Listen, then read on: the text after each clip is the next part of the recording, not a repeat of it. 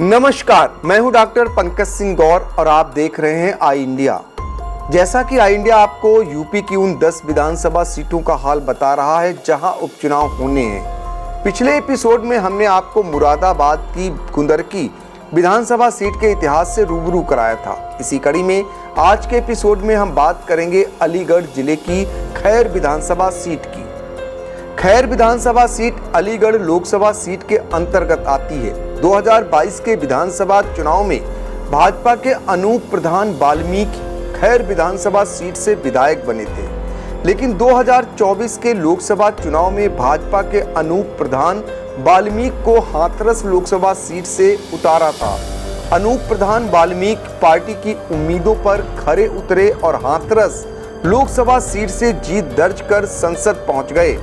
सांसद बन जाने के बाद अनूप प्रधान वाल्मीकि ने विधानसभा सदस्य से इस्तीफा दे दिया। ऐसे में अब खैर विधानसभा सीट पर उपचुनाव होना है। आइए अब आपको खैर विधानसभा सीट के इतिहास से रूबरू कराते हैं। खैर सुरक्षित विधानसभा सीट अलीगढ़ की जाट बाहुल सीटों में से एक है। यहाँ जाट वोटर निर्णायक भूमिका निभाता है। खैर को अलीगढ़ जिले का दूसरा जाटलैंड कहा जाता है। 2008 में परसीमन के बाद अनुसूचित जात के लिए आरक्षित होने से पहले इस सीट पर जाट नेता ही जीतते रहे हैं। हालांकि 2002 विधानसभा उपचुनाव अपवाद है।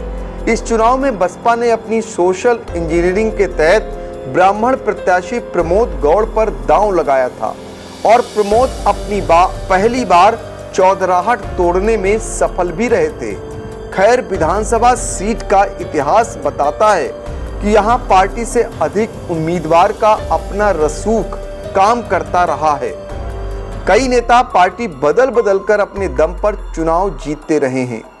1952 में हुए पहले चुनाव में इस सीट से स्वतंत्रता सेनानी मोहनलाल गौतम निर्वाचित हुए थे। इसके बाद 1957 में हुए चुनाव में यहां जाट नेताओं की चौधराहट शुरू हो गई। लंबे समय तक कांग्रेस के जाट नेता चौधरी प्यारेलाल और जनता पार्टी के चौधरी महेंद्र सिंह के बीच वर्चस्व की जंग चलती रही। 1967 और 1974 में कांग्रेस और 1977 में जनता पार्टी के टिकट से जीत दर्ज कर चौधरी प्यारेलाल महेंद्र सिंह पर भारी पड़ते रहे। महेंद्र सिंह सिर्फ एक बार 1969 में भारतीय क्रांति दल के टिकट पर जीतने में सफल हुए।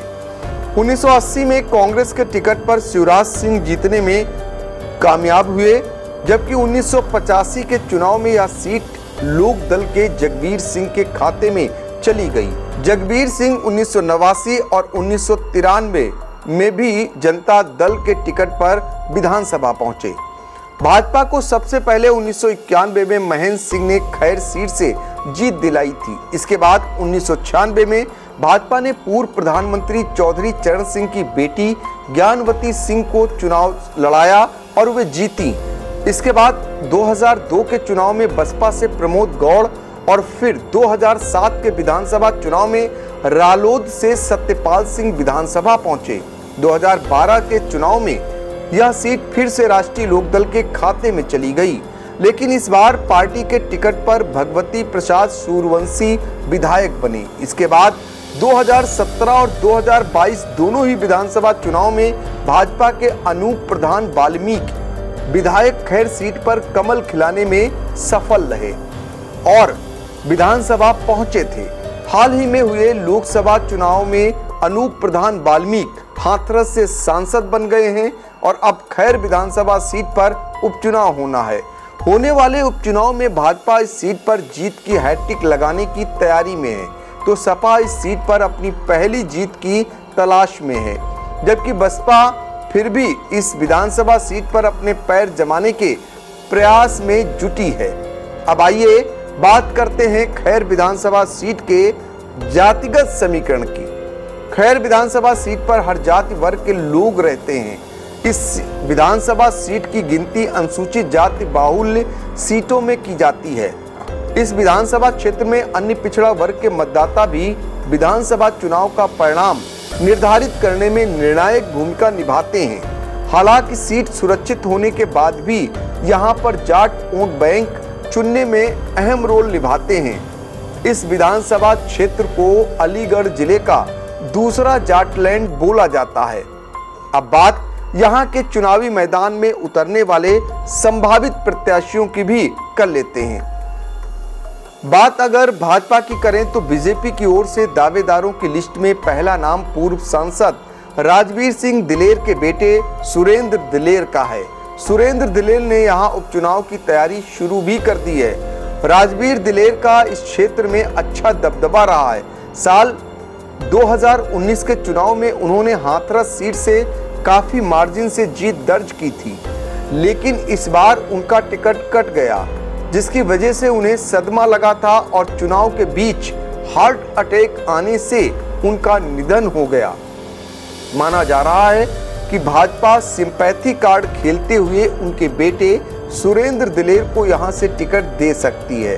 वहीं दूसरी ओर रालोद यूपी की जिन 2 सीटों पर चुनाव लड़ना चाहती है, उनमें से एक अलीगढ़ की खैर सीट है, जबकि जानकारों का कहना है कि इंडिया गठबंधन में यूपी की खैर विधानसभा सीट पर फिलहाल कांग्रेस की दावेदारी मजबूत दिख रही है। कांग्रेसी तर्क दे रहे हैं कि लोकसभा चुनाव में अलीगढ़ से सपा उम्मीदवार ने चुनाव लड़ा, इसके चलते अब विधानसभा उपचुनाव 2024 में खैर सीट पर कांग्रेस ही चुनाव लड़ेगी। इसको लेकर कांग्रेस के प्रदेश अध्यक्ष अजय राय ने जिला कमेटी से रिपोर्ट मांगी थी। यह रिपोर्ट भी उन्हें भेजी जा चुकी है। हालांकि कांग्रेस या सपा दोनों के खेमों से अभी किसी भी प्रत्याशी के नाम से पर्दा नहीं उठा है, तो वहीं विधानसभा उपचुनाव में उतरी बसपा ने अभी तक इस सीट पर किसी का नाम आगे नहीं किया है। फिलहाल आज के एपिसोड में इतना ही। आपको हमारी यह स्टोरी कैसी लगी, कमेंट बॉक्स में जाकर अपनी राय जरूर दीजिएगा। एपिसोड के अगले अंक में आई इंडिया आपको मैनपुरी की करहल विधानसभा सीट से रूबरू कराएगा।